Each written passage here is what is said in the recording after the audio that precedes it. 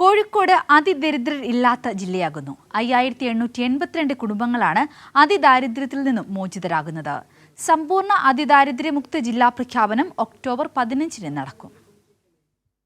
കോഴിക്കോട് ജില്ലയിൽ അതിദരിദ്രരായി കണ്ടെത്തിയ 86.74% കുടുംബങ്ങളെയും ഇതിനകം അതിദാരിദ്ര്യത്തിൽ നിന്ന് മുക്തമാക്കാൻ സാധിച്ചു.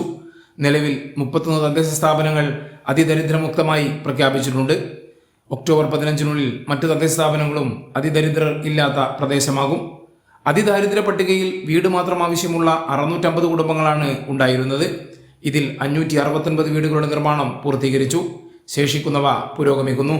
വസ്തുവും വീടും ആവശ്യമുള്ളതായി കണ്ടെത്തിയ 330 കുടുംബങ്ങളിൽ 241 കുടുംബങ്ങൾക്ക് വസ്തു ലഭ്യമാക്കി.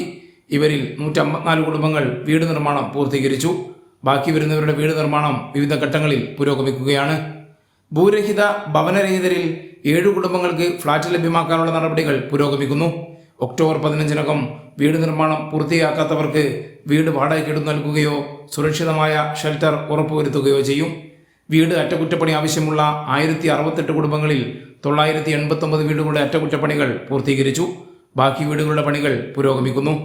കേരളപ്പിറവി ദിനമായ നവംബർ 1 കേരളം അതിദാരിദ്ര്യമില്ലാത്ത ഇന്ത്യയിലെ ആദ്യ സംസ്ഥാനം എന്ന ചരിത്ര പ്രഖ്യാപനം നടത്തുക. കൈരളി ന്യൂസ്, കോഴിക്കോട്.